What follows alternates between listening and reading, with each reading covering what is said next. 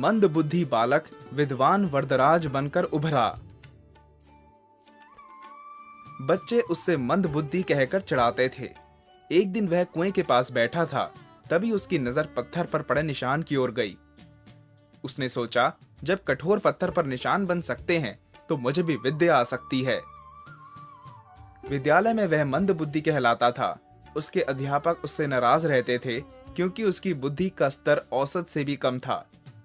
कक्षा में उसका प्रदर्शन सदैव निराशाजनक ही होता था। अपने सहपाठियों के मध्य वह उपहास का विषय था। विद्यालय में वह जैसे ही प्रवेश करता, चारों ओर उस पर व्यंग्य बाणों की बौछार सी होने लगती। इन सब बातों से परेशान होकर उसने विद्यालय आना ही छोड़ दिया। एक दिन वह मार्ग में निरर्थक ही भ्रमण कर रहा था। घूमते हुए उसे जोरों की प्यास लगी।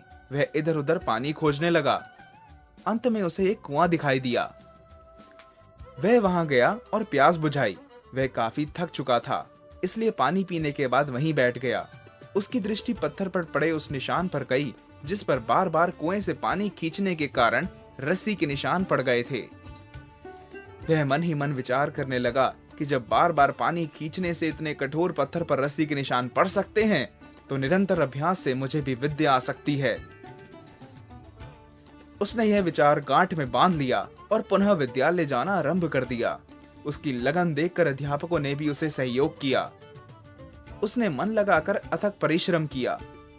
कुछ सालों बाद यही विद्यार्थी उद्धट विद्वान वरदराज के रूप में विख्यात हुआ, जिसने संस्कृत में मुग्ध बोध और लघु सिद्धांत कौमुदी जैसे ग्रंथों की रचना की।